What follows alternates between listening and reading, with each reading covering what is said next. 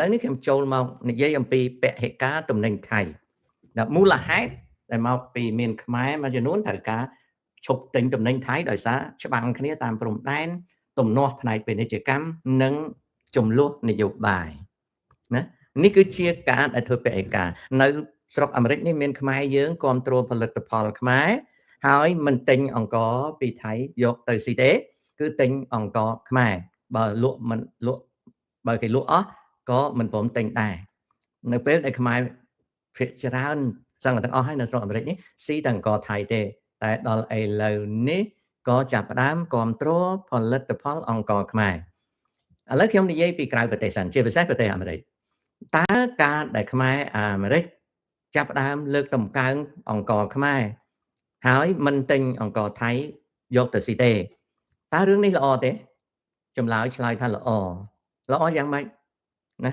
ខ្ញុំបើមានអង្ករខ្មែរនៅចិត្តហើយខ្ញុំត្រូវការស៊ីបាយក៏ខ្ញុំត្រូវតែទិញអង្ករខ្មែរដែរពីព្រោះខ្ញុំចង់លើកតម្កើងផលិតផលអង្ករខ្មែរហើយខ្ញុំក៏នឹងបបួលខ្មែរដទៃហ្នឹងឲ្យនាំគ្នាទិញអង្ករខ្មែរយកទៅបរិភោគដែរពីព្រោះខ្ញុំលើកតម្កើងផលិតផលខ្មែរហើយខ្ញុំក៏ជឿថាការលើកតម្កើងផលិតផលខ្មែររបស់ខ្មែរនៅក្រៅស្រុកគឺល្អក៏ប៉ុន្តែខ្មែរអ្នកនៅក្រៅស្រុកក៏ត្រូវចេះរិះគន់អំពីគុណភាពរបស់អង្ករនិងផលិតផលដែរបើអង្ករនិងផលិតផលគុណភាពមិនល្អត្រូវរិះគន់ហ្នឹងមួយទៀតតើការឈប់ទិញផលិតផលថៃដោយខ្មែរនៅបរទេសមិនថាប្រទេសណាទេអាមេរិកកាំងជប៉ុនកូរ៉េបារាំងអាល្លឺម៉ង់ក៏ដោយតើវាជួយលើកតម្កើងផលិតផលរបស់ខ្មែរទេចម្លើយទី1ថាជួយចុះវាជួយច្រើនទេវាជួយឲ្យរីកទីផ្សារទេចម្លើយថាអត់ទេអត់រីកទីផ្សារទេសំណួរសួរទៀតថាចុះហេតុដូចម្ដេចបានជាពេលខ្មែរនាំគ្នាប្រើផលិតផលជាតិខ្លួននៅក្រៅប្រទេសវាមិនជួយពង្រីកទីផ្សារពីព្រោះចំនួនខ្មែរដែលប្រើប្រាស់ផលិតផលពីស្រុកខ្មែរហ្នឹងចំនួនវាតិចពេកដល់ចំនួនវាតិចពេកទោះបីខ្មែរមិនប្រើប្រាស់របស់របរអ្នកដទៃក៏ប្រើប្រាស់របស់របរខ្មែរចំនួនតោនចំនួនរាប់នឹងវាតិចដែលមិនអាចធ្វើឲ្យទីផ្សាររីកចម្រើនទេចុះបើវាមិនរីកចម្រើនផ្នែកទីផ្សារទេតើការធ្វើពហិការឬក៏នាំគ្នាប្រើផលិតផលខ្មែរនឹងជួយអីបានទេចម្លើយថាអត់ជួយអីបានទេ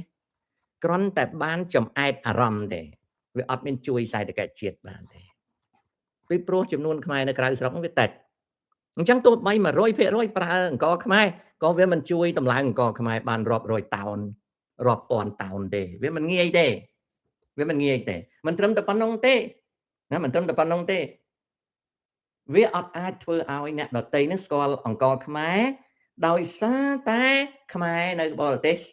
ស៊ីអង្ករខ្មែរក៏វាអត់ជួយទេអត់ជួយអញ្ចឹងដើម្បីឲ្យអង្ករខ្មែរនឹងវារីកធំណារួចរីកធំនៅក្នុងទីផ្សារវាមិនមែនរឿងពហិការអង្ករថៃឬអង្ករបរទេសទេវាទាល់តែរាជការខ្មែរភ្ញាក់កំណើតខំប្រឹងវះកាត់និងពង្រីកទីផ្សារបើរាជការខ្មែរចោលមកសៀតទោះបីខ្មែរនៅបរទេសនាំគ្នាស៊ីអង្ករខ្មែរ 100% ដល់ក៏អត់ជួយដែរដូច្នេះពហិការដោយប្រជាជនខ្មែរនៅបរទេសអត់បានផលទេនេះនិយាយមករឿងណាទេណាមករឿងចុះនៅប្រទេសកម្ពុជាបើសិនជាខ្មែរទាំងអស់ឈប់ស៊ីអង្ករអ្នកដទៃហើយស៊ីតែអង្ករខ្មែរជួយទេថាជួយប៉ុន្តែទំហំតោននៃការហូបចុកបរិភោគរបស់អង្ករខ្មែរហ្នឹងវារីកស្គុះស្គាយទេអត់ពីព្រោះខ្មែរស៊ីអង្ករខ្មែរតាំងពីដើមមកអញ្ចឹងចំពោះអង្ករនៅក្នុងស្រុកក៏វាដដែលណាចំពោះអ្នកនៅក្រៅស្រុកក៏ដដែលវាទាល់តែរាជការភ្ញាក់កំណើតវះកាត់ទីផ្សារនាំចេញនឹងរឿងអង្ករណារឿងអង្ករអូខេចុះគ្រឿងឧបភោគបរិភោគដទៃដូចជាទឹកជ្រលក់ដូចជាកាពិដូចជាក្តាមប្រៃដូចជាស្អីបើសិនជាខ្មែរនៅក្នុងពិភពលោកក្រៅប្រទេសអត់ស៊ីរបស់ថៃវាទាល់តែស៊ីរបស់យួនវាទាល់តែស៊ីរបស់ចិន ពីព្រោះទំនិញរបស់អស់ហ្នឹងមកពីស្រុកខ្មែរមិនសូវមកទេសម្លមួយឆ្នាំងបើចង់ផ្សំគ្រឿងមកពីស្រុកខ្មែរផ្សំអត់បានទេមិនបានផ្សំមិនបានពីព្រោះសមត្ថភាពនៃការនាំគ្រឿងឧបភោគបរិភោគពីស្រុកខ្មែរចេញមកអត់រួចអញ្ចឹងការធ្វើពហិការរបស់ខ្មែរនៅបរទេសមិនប្រើរបស់ថៃវាគ្រាន់តែផ្លាស់ទៅប្រើរបស់យួនវាគ្រាន់តែផ្លាស់ទៅប្រើរបស់កូរ៉េឬក៏ចិនអញ្ចឹងសួរថាវាជួយលើកតម្កើងផលិតផលខ្មែរទេអត់អាហ្នឹងនៅក្រៅស្រុកឥឡូវនេះត្រឡប់ទៅនិយាយអំពីឧបភោគបរិភោគនៅស្រុកខ្មែរបើសិនជាខ្មែរឈប់ស៊ីរបស់ថៃណាឈប់ស៊ីរបស់ថៃហើយទៅស៊ីរបស់ខ្មែរវាអត់អីស៊ីវាតល់តែស៊ីរបស់យួនស៊ីរបស់ចិនចុះបើសិនជាអត់អីស៊ីគ្រប់តើការឈប់ស៊ីរបស់សៀមចំណេញឬខាតមិនបានខាតព្រោះអ្នកលក់ដូរមានជំរើសតិចក្នុងការលក់រសជាតិនៃការឆ្ងាញ់ពិសារបស់អណ្ដាតក៏វាអត់គ្រប់គ្រាន់ហើយការលើកតម្កើងផលិតផលជាតិក៏វាលើកតម្កើងមិនកើតចំណែកលុយចាយនៅកប៉ាល់ដដែលដូច្នេះការធ្វើពហិការឈប់ស៊ីរបស់ឧបភោគបរិភោគសៀមអត់មានអីចំណេញអាហ្នឹងឧបភោគបរិភោគ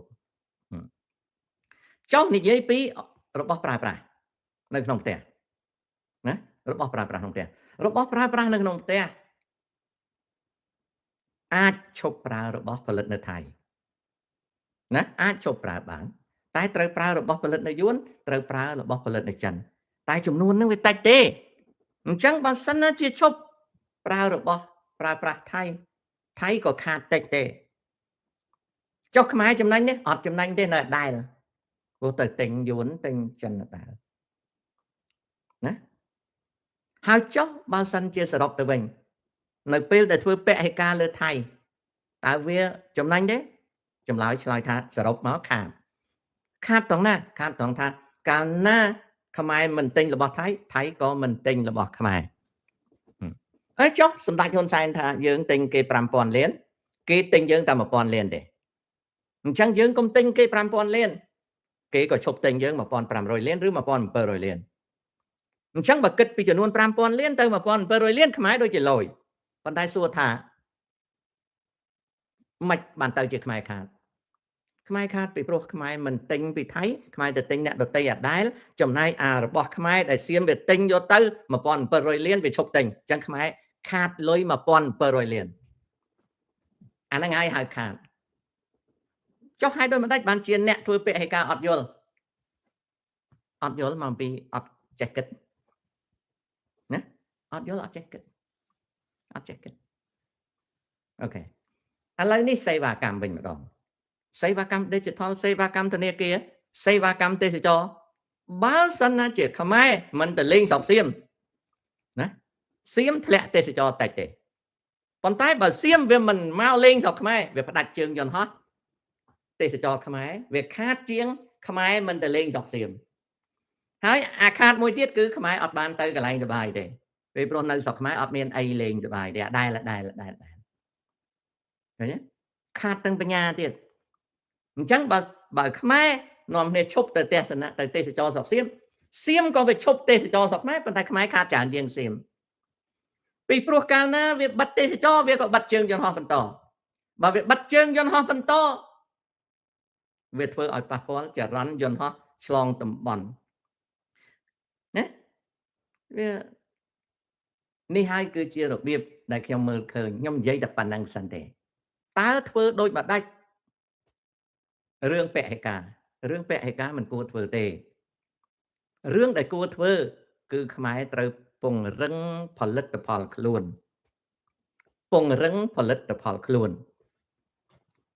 រឿងដែលខ្មែរត្រូវយកចិត្តទុកដាក់ហ្នឹងគឺពង្រឹងផលិតផលខ្លួនបើផលិតទឹកត្រីឲ្យឆ្ងាញ់ឲ្យថ្លានិងឲ្យលក់ដាច់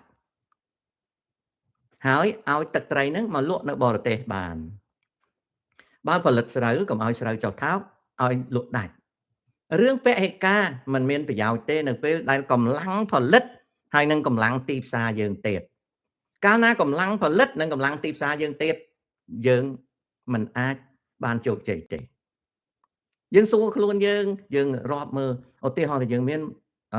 គ្រឿងឧបភោគបរិភោគ500យ៉ាង500មុខយើងសួរថាតើនៅក្នុង500មុខនេះយើងអាចបញ្ចេញផលិតផលហ្នឹងមកលក់នៅបរទេសបានប្រមាណ100មុខណាអាហ្នឹងអញ្ចឹងដូច្នេះហើយការធ្វើពហិការមិនមែនចំណេញទេគឺខាតណារីឯរបស់ចំណេញនៅទីណារបស់ចំណេញគឺការពង្រីកគុណភាពផលិតកម្មនិងការវះកាត់ទីផ្សារដើម្បីនាំទំនិញចេញឥឡូវយើងសួរខ្លួនយើងវិញថាយើងឆ្លោះគ្នាមួយសៀមតើយើងគួរលក់ទំនិញឲ្យវាទេណាតើយើងគួរលក់ទំនិញឲ្យវាទេយើងច្បាំងគ្នាមួយវាសំណួរសួរខ្លួនឯងថាតើយើងគួរលក់ទំនិញឲ្យវាទេខ្ញុំឆ្លើយមុនគេថាយើងគួរលក់ទំនិញឲ្យវាគួរលក់ទំនិញឲ្យវាហើយចុះបើយើងពហិការយើងបានអីលក់ឲ្យវាកាលណាយើងអត់ទិញវាក៏អត់ទិញយើងណាអូខេយល់ទេ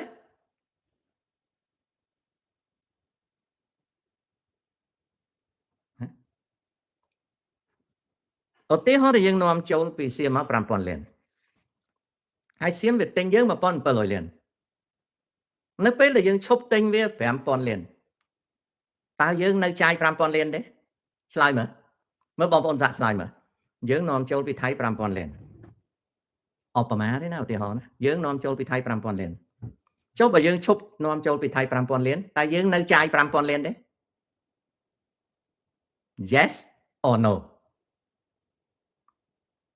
សាក់ឆ្លើយមើលយើងនាំចូលពីថៃ5000លានចុះបើយើងឈប់នាំចូល5000លានពីថៃតើយើងនៅនាំចូលពីទីដទៃ5000លានទេអូខេហើយចុះបើថៃវាឈប់ទិញយើង1700លានណាបើថៃវាឈប់ទិញពីយើង1700លានតើយើងអាចរកម៉ួយណាមកជួយទិញអា1700លាននឹងបានទេ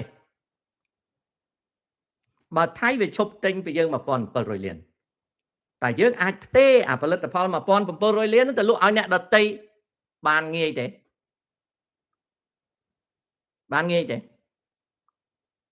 យើងបាត់ទីផ្សារនាំចាញ់ចូលជាមួយថៃឈប់ទិញវាក៏ឈប់ទិញយើងណាអាហ្នឹងហើយដែលខ្ញុំកំពុងតែលើកមកឲ្យនិយាយណាមិនមានចាំបាច់ទៅស្រុកខ្មែរណាដូច្នេះចុះផ្លូវដោះស្រាយយ៉ាងម៉េចផ្លូវដោះស្រាយគឺយើងខំប្រឹងវះកាត់ទីផ្សារហើយមិននិយាយឲ្យអញហើយទៅណាមានអ្នកខ្លះគេឃើញអ្នកទិញអីវ៉ាន់មកគេថាហ៊ុយស្អប់មីនឹងដល់ហើយកុំលក់ឲ្យវាកូនបើសិនណាបើសិនណាមិនលក់ឲ្យវាទេខាតអតិថិជនម្នាក់វាខាតអតិនៅក្នុងមុខរបរគេអត់ធ្វើអញ្ចឹងទេមនុស្សនឹងសក៏ដោយមនុស្សនឹងខ្មៅក៏ដោយមនុស្សនឹងសលៀងភ្នែកក៏ដោយមនុស្សនឹងពិការក៏ដោយមនុស្សនឹងខូចក៏ដោយជាក៏ដោយឲ្យតែមានលុយមកទិញយើងត្រូវតែលក់ឲ្យតែស្របច្បាប់យើងត្រូវតែលក់មិនមែនហើយអញចូលចិត្តលក់ឲ្យអាហ្នឹងទេណាអាហ្នឹងគេហៅ xenophobic គឺការរើសអើងគឺបិទទីផ្សារណាបិទទីផ្សារអានោះអញ្ចឹងអូខេលោកតាចុះការពហិការលុយបាតជារឿងត្រឹមត្រូវទេអាហ្នឹងមិនមែនពហិការទេកូនមែនទេអាហ្នឹងគឺយើងដំឡើងសុពលភាពលុយរៀលហើយយើងកុំឲ្យសាយភាយនៃលុយបាតចូលជ្រៅមកក្នុងដែនដីយើង